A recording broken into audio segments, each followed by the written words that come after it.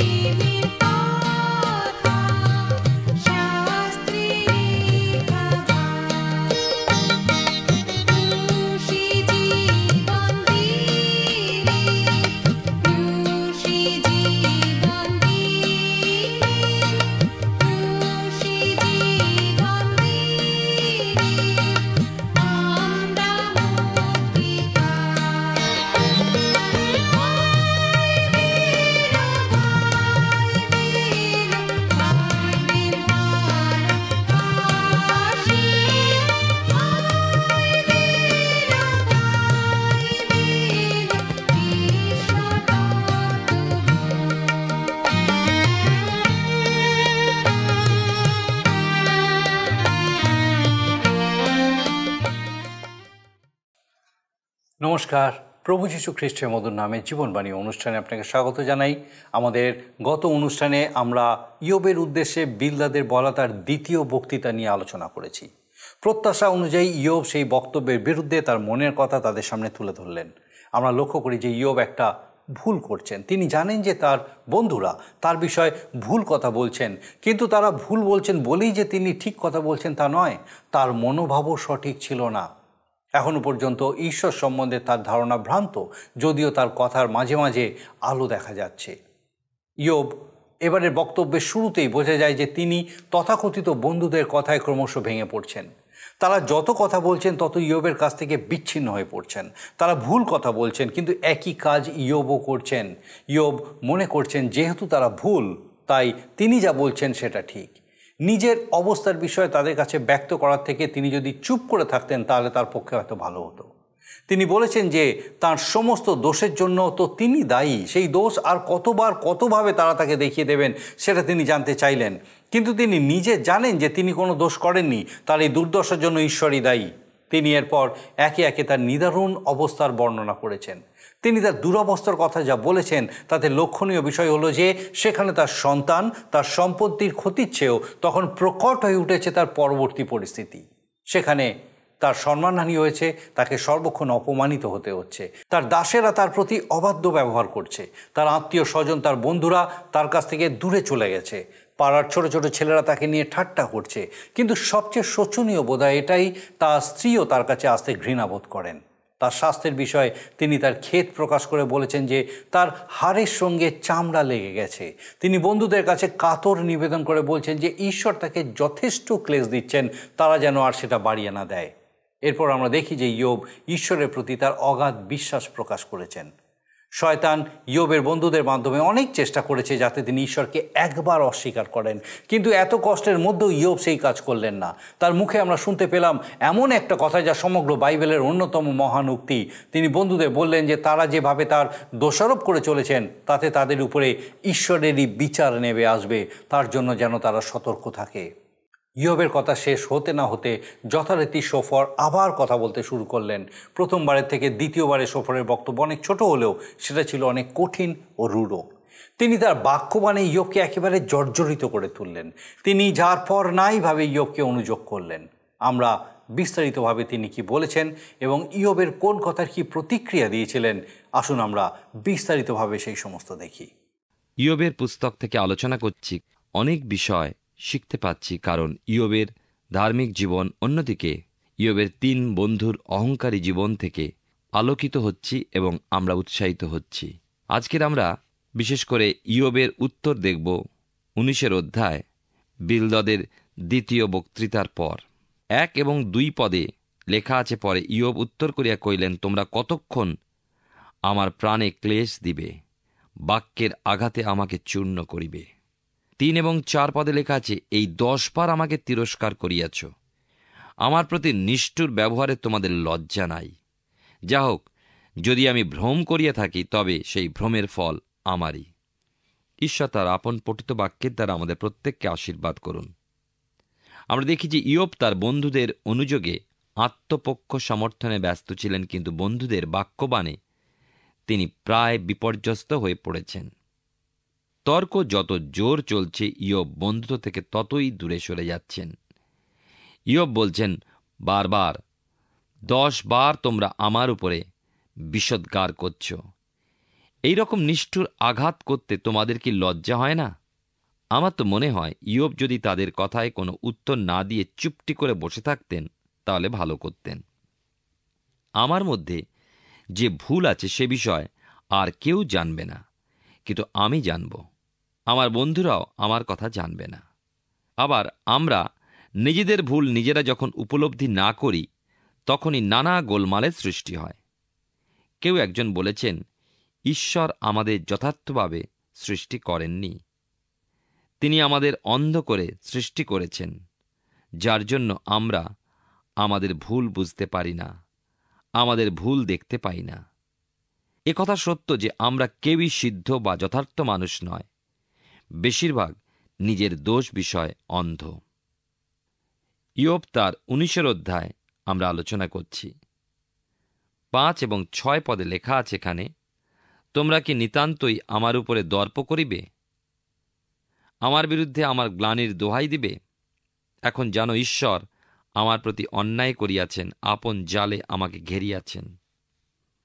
বিলদদ বলেছেন যে ইয়োব ফাঁদে পড়েছে তার নিজের দোষে, আর ইয়োব বলছেন তার ওই দশায় ঈশ্বর তাকে রেখেছেন। ইয়োবের বন্ধুরা সে কথা কিন্তু মানতে নারাজ।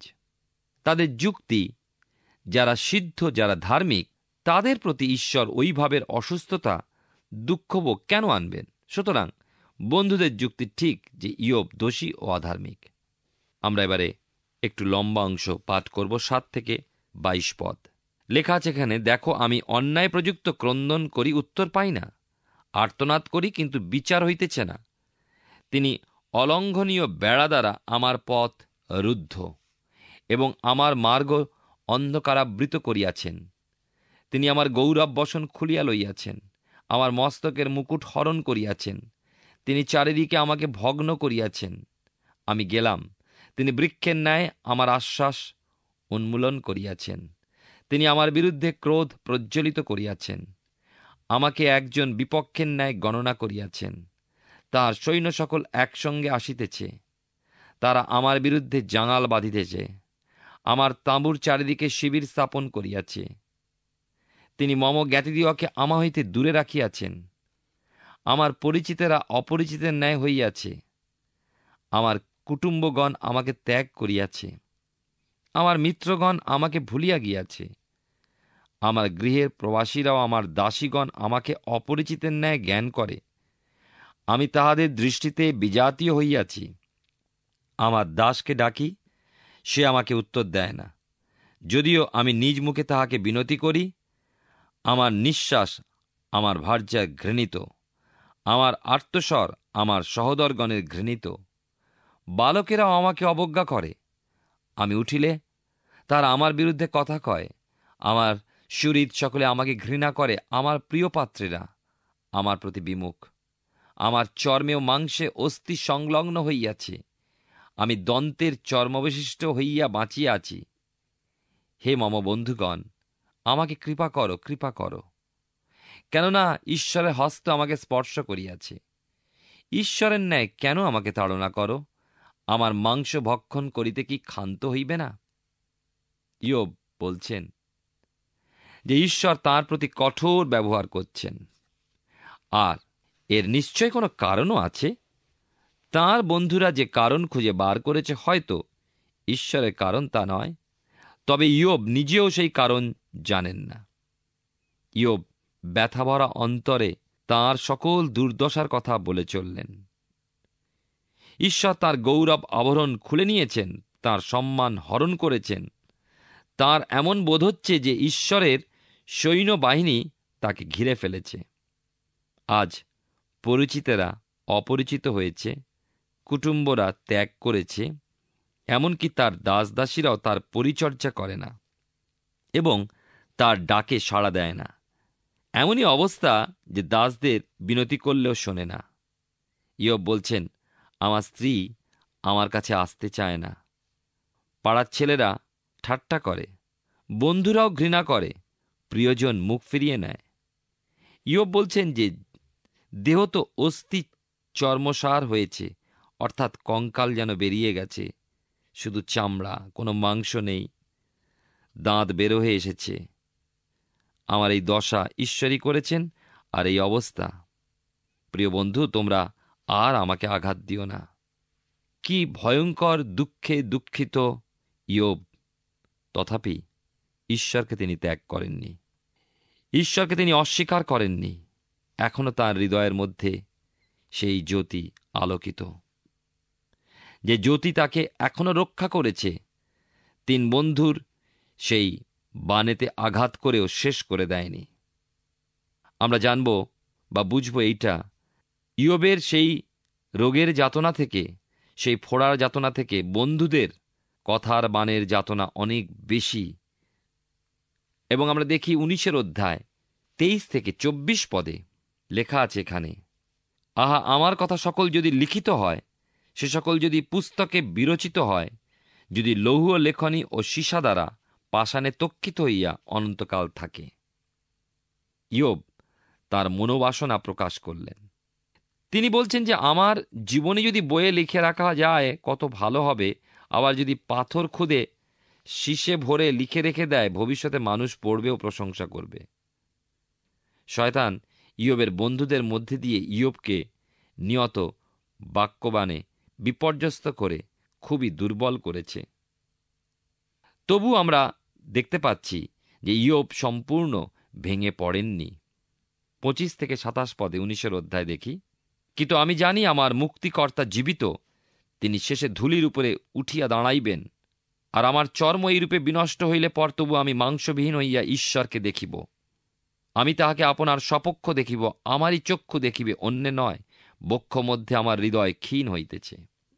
ইয়োব যখন অসুস্থ হলেন, শরীরের যন্ত্রণায় ঘর ছেড়ে বাইরে বাতাসে বার হয়ে ছাইয়ের উপরে শয্যা পাতলেন। অন্যদিকে ইয়োব জাগতিক সকল সম্পদ ও নিজ সন্তানদের হারিয়ে মানসিক দুঃখে মগ্ন। তিনি বলেছিলেন যে তাঁর মৃত্যু হলেই ভালো, সকল জ্বালা যন্ত্রণার অবসান হয়। এমনকি যাতনার মাঝে একথাও বলেছিলেন, যদি তার মাতার গর্ভেই মৃত্যু হতো, যদি মৃত জন্মাতেন আরও ভালো হতো। ইয়োব মৃত্যুর কথা কেন বলেছিলেন? কারণ তিনি পুনরুত্থানে বিশ্বাসী ছিলেন। তিনি জানতেন যে বিশ্বাসী মৃতেরা আবার পুনরুত্থিত হবে। প্রিয় শ্রোতা বন্ধু, প্রিয় ভাই ও বোন, এটা কেমন আশ্চর্য লাগে, তাই নয় কি? যে একদিন আমাদের দেহ মাটিতে মিলিয়ে যাবে, কিন্তু আমাদের আত্মা প্রভুর কাছে পৌঁছে যাবে। আবার যখন সময় হবে প্রভুতে নিদ্রিত দেহ জেগে উঠবে। ইয়োব বলছেন, আমি দেহ ধারণ করব এবং নিজ চোখে আমার মুক্তিকর্তাকে দেখব। কি অপূর্ব তার বিশ্বাস, কি অপূর্ব ঈশ্বরের নির্ভরতা! যদিও বা খ্রিস্ট যিশু তাঁর অনেক পরে এসছেন মানুষের পরিত্রাণের জন্য, যিনি ক্রুশে প্রাণ দিয়েছেন এবং মৃত্যুর 3 দিন পর মৃত্যুকে জয় করে বেঁচে উঠেছেন, পুনরুত্থিত হয়েছেন, তিনি তার দর্শন চোখে, বিশ্বাসের চোখে দেখতে পেয়েছিলেন সেই পরিত্রাতাকে। তাই তিনি বলেছিলেন, আমাদের বিশ্বাস কোথায়? আমরা সব জেনেছি, শুনেছি, দেখেছি, পড়েছি, তারপরেও আমাদের মধ্যে বিশ্বাস কত দুর্বল। প্রিয় শ্রোতা বন্ধু, প্রিয় ভাই ও বোন, আজকের আমাদের অন্তরে অনুসন্ধান করে দেখি আমাদের বিশ্বাস কতটা বৃদ্ধি পেয়েছে তার বাক্য পাঠ ও ধ্যানের মধ্যে দিয়ে। 19 অধ্যায় 28 এবং 29 পদ, শেষ 2টি পদে লেখা আছে, তোমরা যদি বলো, আমরা কেমন করিয়া উহাকে তাড়না করিব? আমার মধ্যে নাকি মূল তত্ত্ব পাওয়া যায়? তবে তোমরা খড়গ হইতে ভীত হও, কেননা খড়গের দণ্ড ক্রোধময়, বিচার আছে, ইয়া তোমাদের জানা উচিত। ইয়োব শেষে বললেন, তোমরা আমাকে যে সকল কথা বললে, এর জন্য কি তোমাদের ভয় লাগছে না? তোমরা কি ঈশ্বরকে ভয় করো না? তার বিচার ভয় করো না? বন্ধুদের বললেন, সেই ক্রোধময় খড়গকে ভয় করো, মনে রেখো বিচার আছে, বিচারকও আছেন। এখন আমরা আসব 20 অধ্যায় সোফরের 2য় বক্তৃতায়। ইয়োবের আরেকটি বন্ধু, 3 জন বন্ধুর কথা আমরা দেখছি। আর 2য় দফার বক্তৃতায় সোফর শেষজন। আমরা এর আগে শুনেছি যে সোফর ছিলেন আইনজ্ঞ এবং আইন ও ব্যবস্থা হিসাবে তার যুক্তি তর্ক তিনি রাখেন। আমার মনে হয় যে সোফরকে আইনজ্ঞ না বলে বৈজ্ঞানিক পর্যায়ে রাখলে বোধহয় ভালো হয়, কেননা তার হিসাব মতো জীবনটা পরীক্ষার বস্তু। পরীক্ষা করে দেখো জীবনের শেষ ফল কি বার হয়। প্রথমবার অপেক্ষা এই 2য়বার সোফর কিছু কম কথা বললেন, কিন্তু তার সমালোচনা কিন্তু আগের থেকে বেশি কঠোর ও রূঢ়, মৃত্যু বাণের মতো হৃদয় বিদীর্ণ করে। সোফরের কথা যে দুষ্ট, সে অবশ্যই সাজা পাবে, তা আমরা পাই। আসুন আমরা 20 অধ্যায় পাঠ করি। 20 অধ্যায় প্রথম 3টে পদ আমরা পাঠ করে শুরু করব। নামাথি ও সোফর উত্তর করিয়া কহিলেন, আমার চিন্তা উত্তর দিতে আমাকে উত্তেজনা করে, কারণ আমি অধৈর্য হইলাম। আমি নিজ অপমানসূচক উপদেশ শুনিলাম, আমার বুদ্ধি হইতে আত্মা আমাকে উত্তর যোগায়। সোফরও ঠিক তেমনি ইয়োবকেও তার বক্তব্যের উত্তর দিতে উঠলেন, আমার যে চিন্তা এসেছে তা জানাবার জন্য আমি উদ্গ্রীব হয়ে আছি, আর ধৈর্য রাখতে পারছি না, কেননা ইয়োব তার বক্তব্যে আমাকে অপমান করেছে। শুনি আমরা সোফরের আরো কথা 4 থেকে 8 পদে। 20 অধ্যায়, তুমি কি ইহা জানো না যে কালের আরম্ভাবধি, পৃথিবীতে মনুষ্যের স্থাপনাবধি, দুষ্টগণের আনন্দগান ক্ষণমাত্র স্থায়ী, পামরের হর্ষ নিমেষমাত্র স্থায়ী। তাহার মহত্ব যদি আকাশ পর্যন্ত উঠে, তার মস্তক যদি মেঘ স্পর্শ করে, তথাপি সে আপন বিষ্ঠার ন্যায় চিরতরে বিনষ্ট হইবে। যারা তাহাকে দেখিত তাহারা বলিবে, সে কোথায়? সে স্বপ্নবৎ লুপ্ত হইবে, নিরুদ্দেশ হইবে, সে রাত্রিকালীন দর্শনের ন্যায় দূরীকৃত হইবে। ইয়োবের কাছে সোফরের বক্তৃতা, তিনি বললেন, আদিকালের সৃষ্টি থেকে আজ পর্যন্ত তুমি শোনোনি, জানতে না, দেখনি যে দুষ্টের অবস্থা কি হয়? দুষ্টের জীবন কত ক্ষণস্থায়ী। তারা মহা আনন্দ করে, পাপী হর্ষনাদ করে, কিন্তু কতক্ষণ? সে সবই ক্ষণস্থায়ী। তারা উন্নতি করে, গগন স্পর্শ করে সবাই প্রশংসা করে, কিন্তু তার পতন এমন হয় যে মলবৎ মাটিতে মিশে যায়। লোকে তার অন্বেষণ করে, কিন্তু তারা বলে, সে কোথায়? মানুষ রাত্রে ঘুমের মধ্যে স্বপ্ন দেখে, ঘুম ভেঙে যায়, দেখে সবই স্বপ্ন। একসময় জার্মানির সম্রাট কাইজার বিশ্বজয়ের স্বপ্ন নিয়ে উঠেছিলেন। 1911 থেকে 1914 সনে কথা, কাইজারের মাথা মাটিতে লুটালো। তারপরে উঠলেন হিটলার, সারা ইউরোপ জয় করবে, প্রচণ্ড শক্তি, ক্ষিপ্র গতি, সারা বিশ্বের ভীতি, অত্যাশ্চর্য অস্ত্রশস্ত্র, মুহূর্তের ইশারায় লন্ডনের মতো বৃহত্তম মহানগরকে কাঁথরা ঢিবি করতে পারে সেই বীর বিক্রম হিটলার লোকচক্ষুর অন্তরালে নিজ প্রাণ নিজে নিলেন। কোথায় গেল সেই হিটলার? লক্ষ্য করি ইয়োব তার 20 অধ্যায় 9 থেকে 14 পদ। যে চক্ষু তাহাকে দেখিত সে আর দেখিবে না, তাহার বাসস্থান আর তাহাকে দেখিবে না। তাহার সন্তানগণ দরিদ্রের কাছে দয়া চাইবে, তাহার হস্ত তাহার সম্পত্তি ফিরাইয়া দিবে। তাহার অস্থি যৌবনের তেজে পরিপূর্ণ, কিন্তু তাহার সহিত তাহাও ধুলায় শয়ন করিবে। যদ্যপি দুষ্টতা তাহার মুখে মিষ্ট লাগে, আর সে তাহা জিহ্বার নিচে লুকাইয়া রাখে। যদ্যপি ভালোবাসিয়া তাহা ত্যাগ না করে, কিন্তু মুখের মধ্যে রাখিয়া দেয়, তথাপি তাহার অন্ন উদরে গিয়া বিকৃত হয়, তাহার অন্তরে কালসর্পের গরল স্বরূপ হয়। মনে হয় ঈশ্বর সৃষ্ট এই বিরাট বিশ্বে মানুষের সব থেকে বেশি অসফলতা অর্জন করেছে, আর মানুষের জীবন তো অল্পস্থায়ী। অথচ সেই মানুষ পাথর দেখে বলে কত কোটি বৎসর পুরাতন পাথর। চাঁদের পাথর পরীক্ষা করে চাঁদের বয়স নির্ণয় করছে।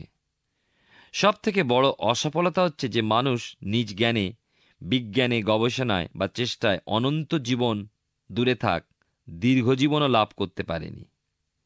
মানুষ এই আছে এই নেই, তবুও ঈশ্বর প্রত্যেক মানুষের প্রাণে অনন্ত জীবনের আশা ও আকাঙ্ক্ষা দিয়েছেন। এই জন্যই দিয়েছেন যেন মানুষ ওই অনন্ত জীবনদাতার অন্বেষণ করে এবং নম্রতা সহকারে ভিক্ষা করে। প্রত্যেক মানুষই অনন্ত জীবন লাভ করতে পারে। সোফর ইয়োবকে কেবল দুষ্ট বলে অভিহিত করছেন না, কিন্তু ভণ্ড আখ্যা দিয়েছেন। তিনি বলেছেন ইয়োবের মতো ভণ্ড লোক খুবই প্রভাবশালী, ধনী হতে পারে, কিন্তু তার পতন অবশ্যই ভয়ঙ্কর। আর সবাই দেখেছ যে কথাটা কত সত্য। ইয়োবের পতন হয়েছে, এর থেকে প্রমাণ হচ্ছে যে ইয়োব দুষ্ট। সোফর বলে চলেছেন যে ইয়োবের যৌবনের শক্তি ছিল, তার অস্থি সবল ছিল, কিন্তু সবই ধুলিতে মিলাবে। সে তার দুষ্টতার কথা, তার পাপের কথা স্বীকার করল না, নিজ মুখের মধ্যে লুকিয়ে রাখল, কিন্তু ফল কি হবে? ওই পাপ তার অন্তরে কাল সাপের বিষের মতো জ্বালা করবে। 20 অধ্যায় 15 থেকে 21 পদে দেখুন লেখা আছে, সে ধন গ্রাস করিয়াছে, আবার তাহা বমন করিবে, ঈশ্বর তাহার উদর হইতে তাহা বাহির করিবেন। সে সর্পের গরল চুষিবে, বিষধরের জিহ্বা তাহাকে সংহার করিবে। সে নদী সকলের প্রতি দৃষ্টি করিবে না, মধু ও দধিপ্রবাহী স্রোত সকল দেখিবে না। সে আপন পরিশ্রমের ফল ফিরিয়া দিবে, গ্রাস করিবে না। সে নিজ লব্ধ সম্পত্তি অনুসারে আমোদ করিবে না, কারণ সে দরিদ্রগণকে উৎপীড়ন ও ত্যাগ করিত। সে যাহা নির্মাণ করে নাই এমন গৃহ কাড়িয়া লইত, তাহার উদরে শান্তি হইত না। সে আপন অভীষ্ট বস্তুর কিছুই রক্ষা করিতে পারিবে না, তাহার গ্রাসে কিছুই অবশিষ্ট থাকিত না, অতএব তাহার সুদশা থাকিবে না। সোফর বলছেন যে ইয়োবের মতো দুষ্ট লোক জ্বালানির মতন পুড়ে ছাই হয়ে যাবে। এরা মন্দ দৃশ্যের মতো যা মুহূর্তে অদৃশ্য হয়ে গেল, আবার তার দুষ্টতা সুমিষ্ট খাদ্যের মতো যা মুখমধ্যে রাখে কিছুক্ষণ পর পিত্তের মতো তিক্ত হয়ে যায়। দুষ্ট লোক দুষ্টতার মধ্যে দিয়ে যা কিছু অর্জন করুক, তা তার আর ভোগে আসবে না, সবই নষ্ট হয়ে যাবে।